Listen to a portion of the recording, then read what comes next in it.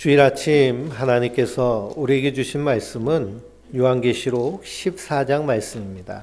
요한계시록 14장 1절에서 20절까지의 말씀인데요. 먼저 1절부터 5절까지 요한계시록 14장 1절에서 5절까지 신약성경 412페이지인 말씀을 우리 힘있게 같이 읽겠습니다. 또 내가 보니 보라, 어린 양이 시온산에 섰고 그와 함께 14만 4천이 서 있는데 그들의 이마에는 어린 양의 이름과 그 아버지의 이름이 쓴 것이 있더라. 내가 하늘에서 나는 소리를 들으니 많은 물소리와도 같고 큰 우레소리와도 같은데 내가 들은 소리는 검은 고 타는 자들이 그 검은 고를 탄 것 같더라. 그들이 보좌 앞과 네 생물과 장로들 앞에서 새 노래를 부르니 땅에서 속량함을 받은 14만 4천 밖에는 능히 이 노래를 배울 자가 없더라. 이 사람들은 여자와 더불어 더럽히지 아니하고 순결한 자라. 어린 양이 어디로 인도하든지 따라가는 자며 사람 가운데에서 속량함을 받아 처음 익은 열매로 하나님과 어린 양에게 속한 자들이니 그 입에 거짓말이 없고 흠이 없는 자들이더라. 아멘. 할렐루야. 하나님께서 주시는 은혜와 평강이 우리 성도님들 위해 늘 충만하시기를 주님의 이름으로 축원드립니다. 서 하나가 이 책인데요. 데이비드 월러스 박사가 쓴 2050 거주불능 지구라는 책이었습니다. 제가 2020년도에 설교하면서 이 책에 대해서 많이 이야기를 설교 시간에 말씀드렸는데요. 이 책의 내용은 지구의 온도가 1.5도 더 올라서 2도가 넘어가면 그러면 더 이상 지금까지 기후의 패턴이 완전히 바뀌어서 그래서 기후 변화일 뿐만 아니라 재난적인 기후가 이 지구상에 닥쳐올 것이고 그것이 가속화되어서 탄소 배출을 계속하고 지구의 온도를 계속 올려서 5도 이상 올라가면 그러면 지구가 거주불능이 될 것인데 그래서 획기적으로 배출을 줄이지 않으면 2050년에는 1.5도가 올라가서 거주불능 지구가 될 것이다 라고 예측한 그 베스트셀러입니다. 생태환경 기후에 관련된 책인데요. 근데 작년 2023년도에 이 기후학자들이 다 종합해 보니까 작년 지구의 온도가 1.5도가 넘었다고 그래요. 그러니 지난 100년 동안, 200년 동안 산업혁명 이후에 인류가 탄소를 배출해 가지고 0.5도 정도 올렸는데요. 불과 이 4년, 5년 사이에 1.5도를 더 올려버린 겁니다. 그래서 우리는 앞으로 이 기후의 재난을 흔하게 맞이하게 됩니다. 그리고 이 기후 위기 가운데서 생존해야 되는데요. 이럴 때일수록 우리가 정신을 바짝 차리고 하나님의 백성으로 하나님 창조하신 이 세상을 어떻게 살아내야 될까 하는 분명한 그런 목적 의식과 삶의 태도가 있어야 될 줄 믿습니다. 제가 저번 하나복 동역자 세미나에 가서 김영국 목사님이 이 기후재난에 대해서 설명하시면서 이 기후재난의 모습이 몰렉에게 제사한 흰놈의 아들들의 골짜기에서의 몰렉 제사와 동일하다라는 그 설명을 듣고 크게 공감했습니다. 몰렉이라는 신에게 제사하는 방법은요, 자식을 이 불타는 골짜기 가운데 던져버리는 거예요.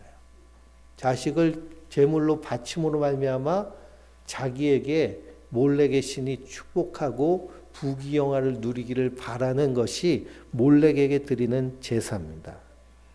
그래서 흰놈의 아들들의 골짜기에서 이 몰렉의 제사가 이 이스라엘 왕국에서 므낫세 왕 때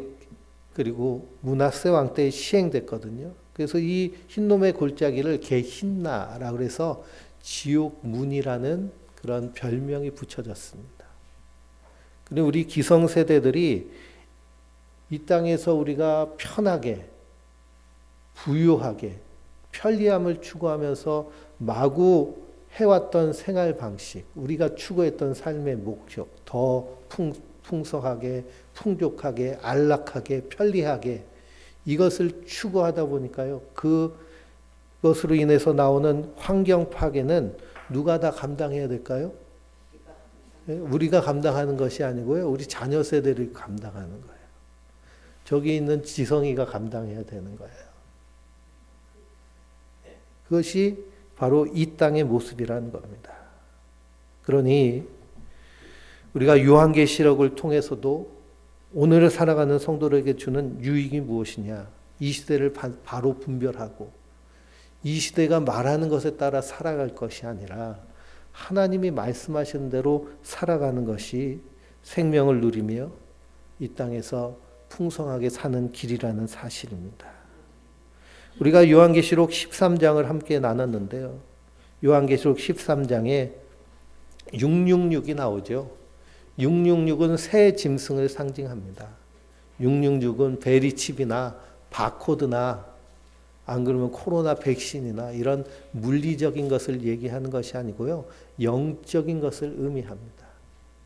그러니 하늘에서 쫓겨난 옛뱀, 용, 마귀가 바다에서 올라온 짐승, 곧 국가 권력과 땅에서 올라온 짐승, 종교 권력과 합한 것이 666이에요. 그래서 하나님을 대적하고 하나님이 택한 자들과 싸우려고 전쟁을 벌이는 이야기가 바로 요한계시록 13장의 이야기입니다. 그러니 우리는 하나님 나라 백성으로 택하심을 받고 우리는 이미 하나님 나라로 옮겨진 자들인 줄 믿습니다. 그러나 우리가 살고 있는 이 땅은 아직 살고 있는 이 땅은 국가 권력이 장악하고 있는 그래서 짐승의 나라 가운데 우리가 살고 있어요. 그러니 우리의 삶은 우리의 신앙생활은 그냥 이 땅에서 살아가는 것이 아니라 치열한 영적 전쟁 가운데 있다는 사실을 늘 기억하시기 바랍니다. 그 치열한 전쟁, 가장 치열한 전쟁이 십자가에서 이루어졌고요.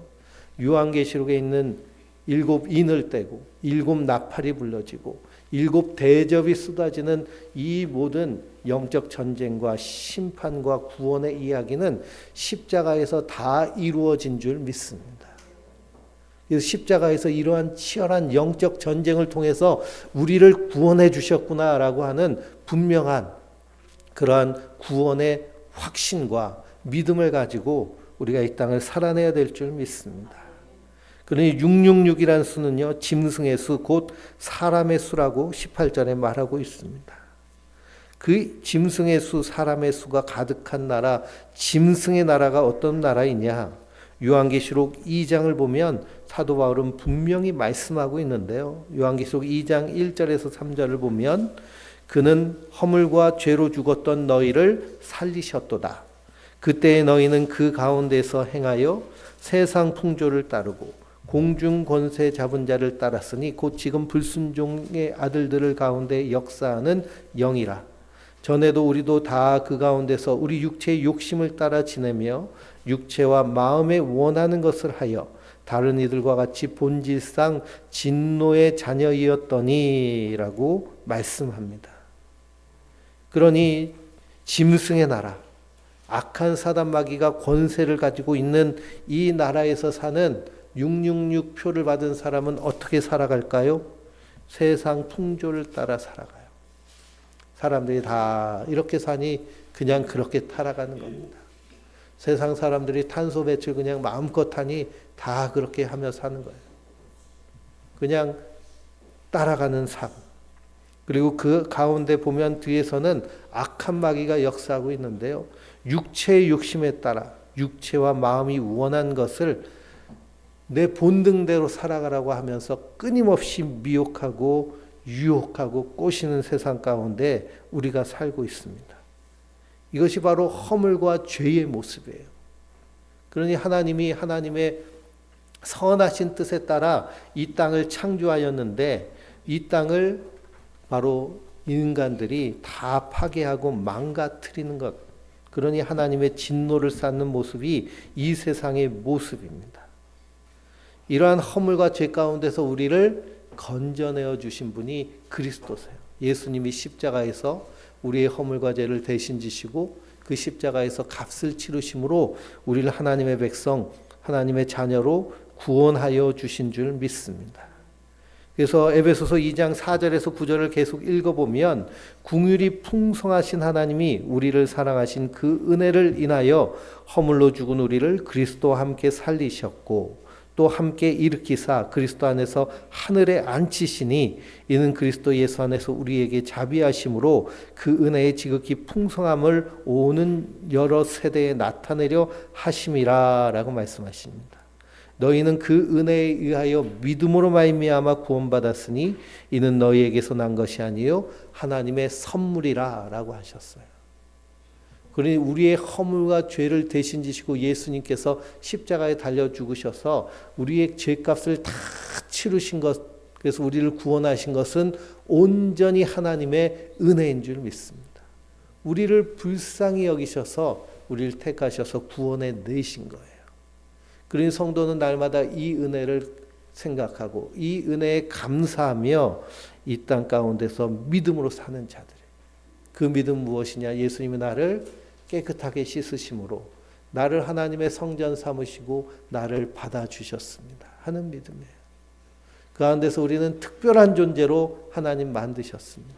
어떤 존재일까요? 세상 풍조를 따르고 육신과 마음이 원하는 정욕에 따라 사는 자들이 아니라 하나님의 말씀에 따라 사랑과 정의로 살 수 있는 힘을 우리에게 주신 줄 믿습니다. 그래서 이 파괴된 세상을 회복할 힘과 권세를 우리에게 주셨어요. 그리고 우리가 이 땅에서 하나님의 말씀대로 하나님을 주인으로 모시고 살 때에 이 놀라운 일이 우리에게 이루어지는 줄 믿습니다. 그래서 성도는 믿음으로 사는 거예요. 이 땅에서 하나님 나라를 살아내는 자들입니다. 그러니 에베소의 이 말씀과 요한계시록의 짐승으로 묘사되는 이 짐승의 나라가 하는 일이 무엇이냐? 육체와 마음이 원하는 대로 살게 하는 겁니다. 죄로 인해서 타락한 육체와 타락한 마음이 원하는 대로. 이 666이라는 숫자가요, 요한계시록에만 나타나지 않고 성경을 쭉 읽어보며 요즘은 컴퓨터를, 인터넷 온라인 성경을 컴퓨터로 열어보고 거기서 666, 666을 검색하면 666이 요한계시록에만 나오지 아니하고 다른 성경에도 나오는데요. 열왕기상 10장 14절에도 666이 나옵니다. 열왕기상 10장 14절에 나오는 666은 뭐냐 하면 솔로몬이 왕이 되었어요. 하나님께서 그에게 지혜를 주셔서 그래서 그 나라가 강성해졌습니다. 은이 돌같이 흔해지고요. 백향목을 평지의 뽕나무같이 여길 정도로 부유해졌어요. 세금을 걷었는데요. 세금이 얼마나 거쳤느냐 하면 금 666달란트를 걷었습니다. 그 세금으로 금 666달란트를 걷었는데요. 이것을 무게로 계산하면 금이 20톤 됩니다. 20톤의 금을 세금으로 걷었어요. 그러니 솔로몬의 부귀영화를 지구상에 지금도 다 누릴 사람이 없을 정도로 크다고 말할 정도입니다. 그런데 이 금 666달란트를 걷어가지고 솔로몬이 한 일이 뭘까요? 솔로몬이 한 일은 뭐냐 하면 세상의 왕이 하는 풍조를 따르고 자기 마음이 원하는 것을 했어요. 그것이 무엇이냐? 후궁 700명을 두고 첩 300명을 줬습니다. 부인이 몇 명이에요? 1000명이에요. 1000명. 1000명의 부인을 두고 그냥 마음이 원하는 것을 다 하며 그 부인들이 가져온 우상을 숭배하다가 나라가 남과 북으로 갈라졌습니다. 후에 솔로몬이 노인이 돼서 회개한 후에 전도서에서 이렇게 고백을 합니다. 하나님을 경외하고 그 명령을 지키는 일이 사람의 본분이라고 말합니다. 이런 일들이 다 헛되고 헛되다는 거예요. 헛되고 헛되니. 근데 이 세상 많은 사람들이 짐승의 나라 가운데서 미혹받은 자들은 무엇을 계속 추구하며 살아요? 헛됨을 계속 추구하며 삽니다. 헛되고 헛된 것을 끊임없이 추구하며 살아요. 그러니 80세부터 이제 노인이라고 얘기하잖아요. 80대가 됐는데도 집 보러 다니고 땅 보러 다니고 시세 차익 얻으러 여기 다니고 저기 다니고 하는 분들이 상당히 많습니다. 왜 그럴까요? 무엇이 정말 중요한지를 알지 못하기 때문에 끊임없이 헛된 것을 추구하며 사는 거예요. 오늘 본문 1절 말씀을 보면 어린 양이 시온산에 섰습니다. 그리고 그와 함께한 14만 4천이 서 있습니다. 내가 보니 보라 어린 양이 시온산에 섰고 그와 함께한 14만 4천이 서 있는데 그들의 이마에는 어린 양의 이름과 그 아버지의 이름이 쓴 것이 있더라 라고 말씀하십니다. 어린 양이 시온산에 쓰셨어요. 그 시온산은 예수님께서 십자가에 못 박히신 그 갈보리 언덕이 있는 감람산이기도 하고요. 예루살렘을 상징하기도 하지만 영적으로는 예수님이 다시 오실 그 재림의 산을 의미하기도 합니다. 어린 양이 시온산에 섰는데 그 옆에 누가 같이 있어요? 14만 4천이 서 있습니다. 그러면 이 14만 4천은 누구를 상징할까요? 1차적으로는 구약의 성도들을 의미합니다. 14만 4천이라는 숫자는 상징적인 숫자예요. 하나님의 구원은 한 사람도 더함이나 빠짐이 없이 온전히 구원하신다는 것을 상징합니다. 그러니 이 14만 4천을 그리스도께서 십자가에서 구원해 내셨어요. 그러니 1차적으로는 구약의 성도이고요. 또 묵시적으로 보면 거기에 속해 있는 자가 누굴까요? 바로 저와 우리 성도님들이 거기에 속하여 있는 줄 믿습니다. 예수님이 재림하실 그때에 우리도 주님 옆에서 함께 새 노래로 주님을 찬양하게 될 줄 믿습니다. 성도는 이것을 믿음으로 받는 자들이에요. 왜 그럴까요? 성경에서 이것이 약속되어 있기 때문입니다. 구약의 성도들은 누구를 기다리며 믿음을 지킨 자들일까요? 처음 초림하실 메시아 그리스도를 기다리며 하나님의 약속을 붙잡고 믿음으로 사는 자들이에요. 그래서 의로운 자가 핍박받고 악인이 형통하는 시대를 살면서도 하나님의 약속을 붙잡고 믿음으로 산 자들, 이 사람들이 구약의 14만 4천입니다. 우리 그리스도인들 성도도 마찬가지죠. 예수님의 십자가의 은혜를 확실히 알고 그 복음의 비밀을 붙잡고 이 땅을 믿음으로 사는 자들인 줄 믿습니다. 그러니 하나님의 구원은 한 사람도 더함이나 빠짐이 없어요. 하나님의 구원은 완전하십니다. 이들의 이마에는 어린 양의 이름과 그 아버지 하나님의 이름이 쓰여져 있습니다.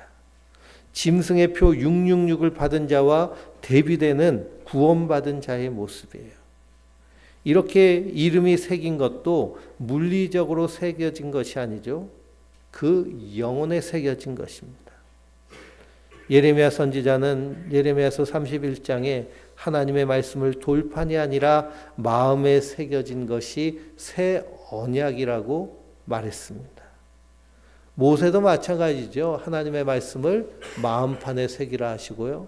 육체의 할례보다는 마음의 할례를 더 중요시 여겼습니다.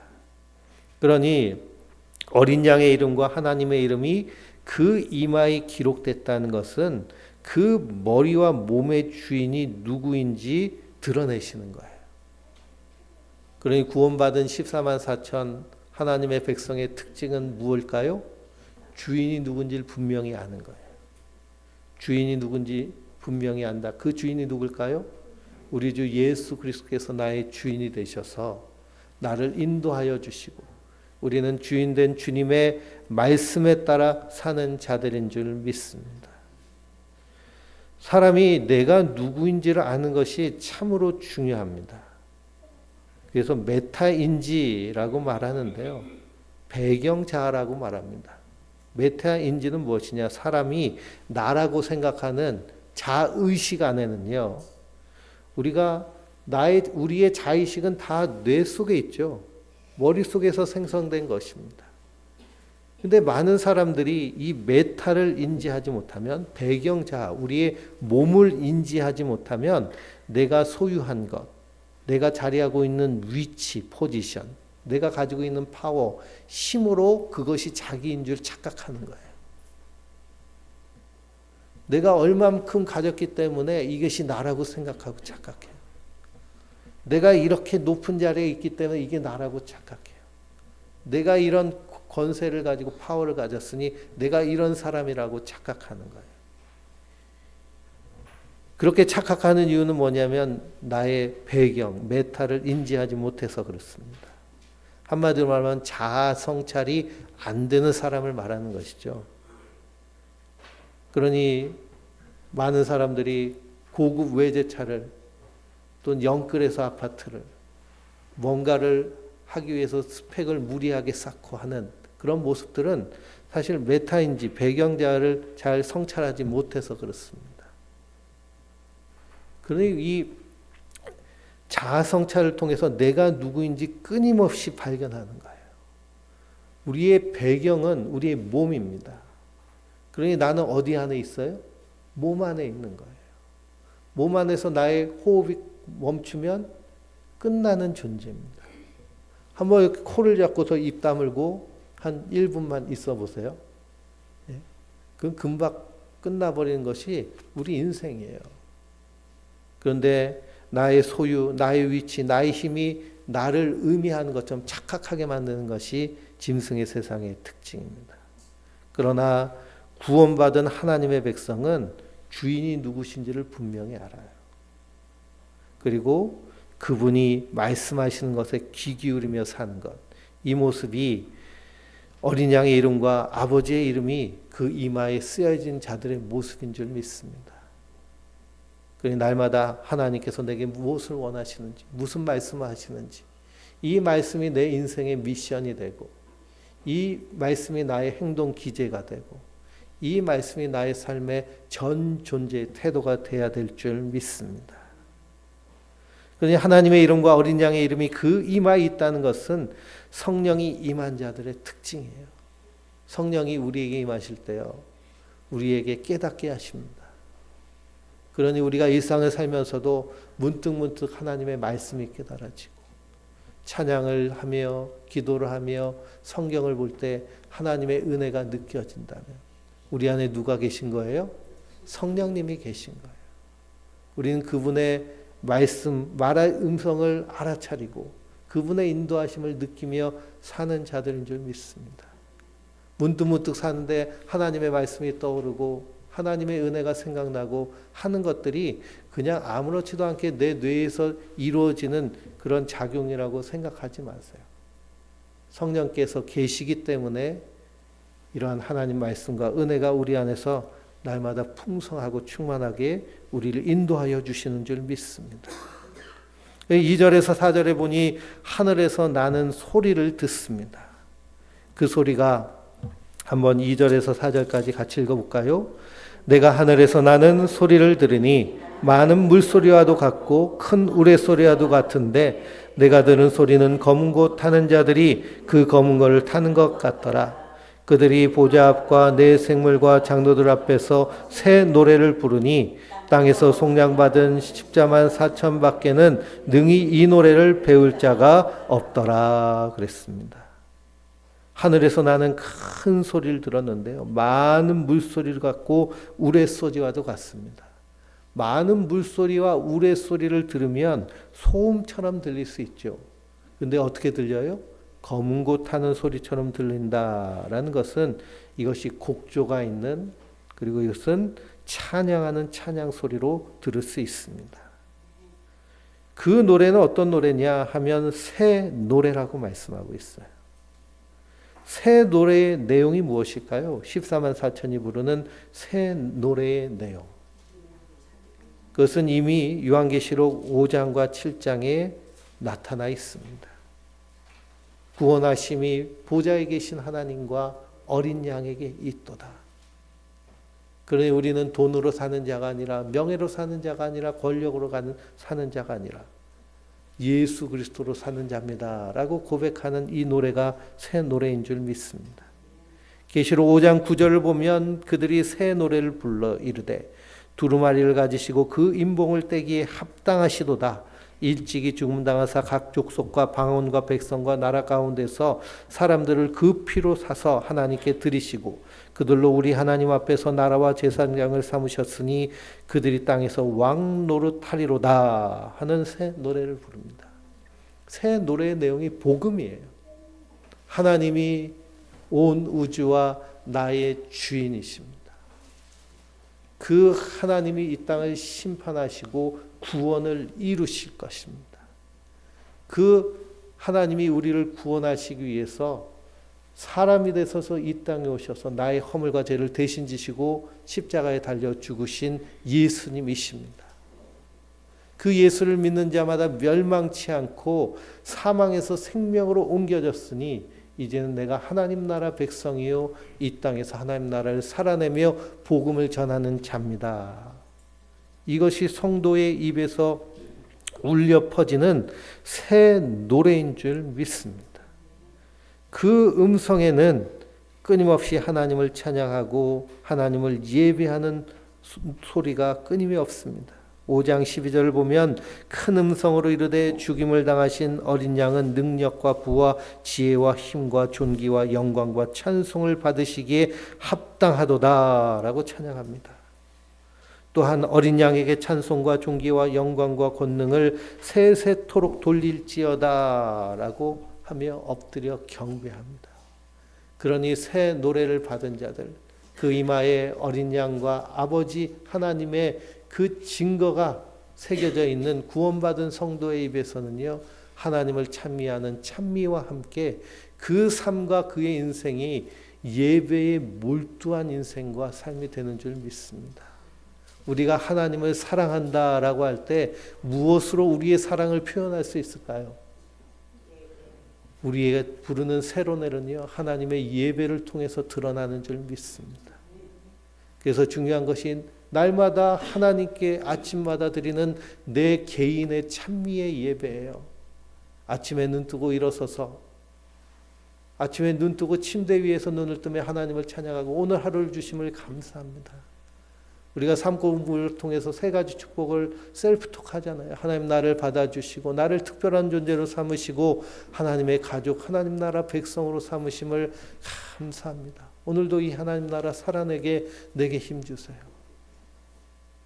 이렇게 우리의 입술의 고백, 우리의 마음 가운데 하나님의 말씀을 붙잡고 긍정확언하는 것, 내게 능력 주신 자 안에서 내가 모든 것을 할 수 있느니라.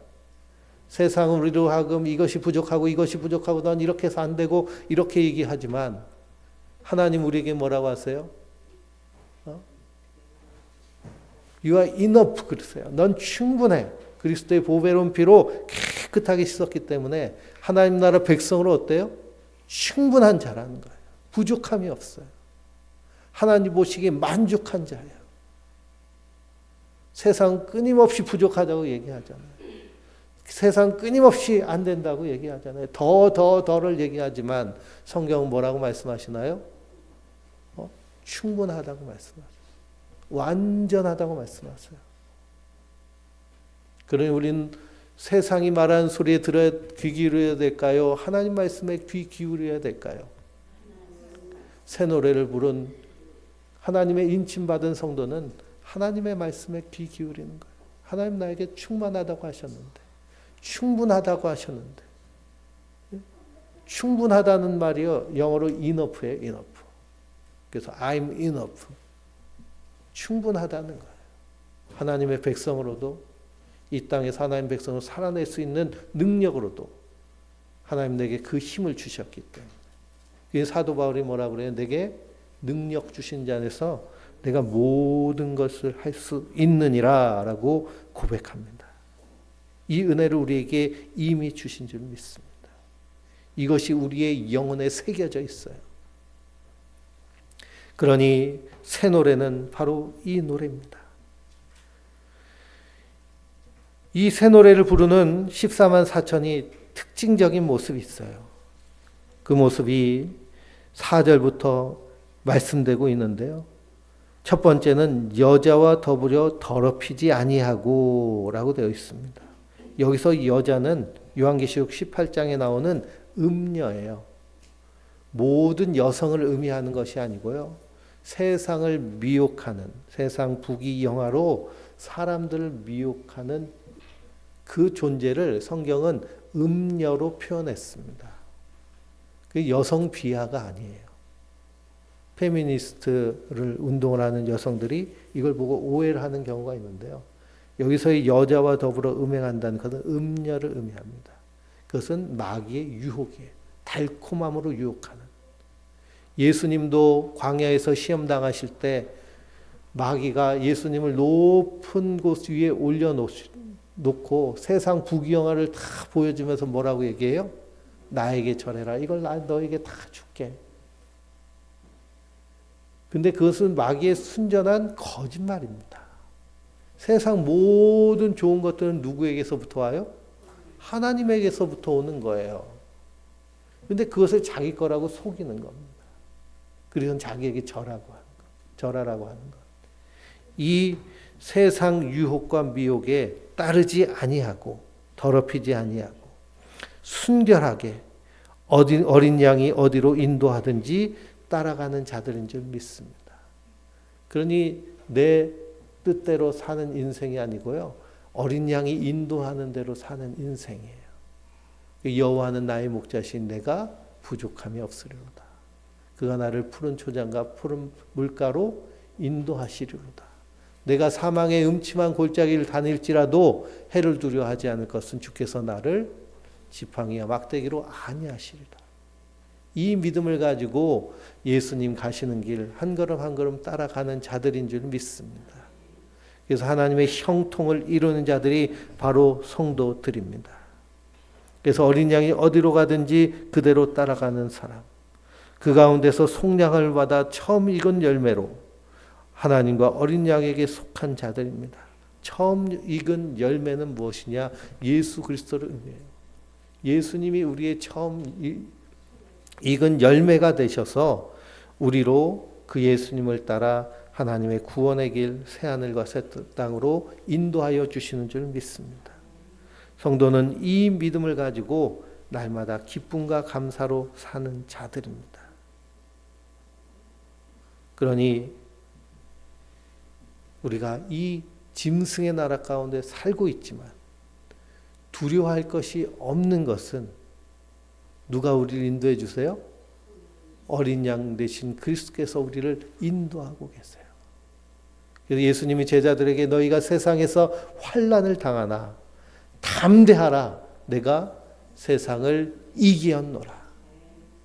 그러니 이 666 새 짐승이 바다 모래가에 서서 전쟁하려고 진을 치지만 예수님께서 이미 십자가로 그 이마를 다 깨트려 놓으신 줄 믿습니다. 우리는 이긴 전쟁을 하는 거예요. 그러니 담대하게 우리의 삶 가운데서 하나님 말씀 따라 이 땅 가운데 사랑하며 하나님의 공의를 세우며 하루하루 믿음으로 살아갈 때 우리 안에서 놀랍게 역사하신 그 하나님을 날마다 경험하게 될 줄 믿습니다. 그 살아계신 하나님을 날마다 삶 가운데 경험하며 날마다의 삶이 주님과 동행하는 승리의 삶을 사는 하나님의 사람들 되시길 주님의 이름으로 축원드립니다.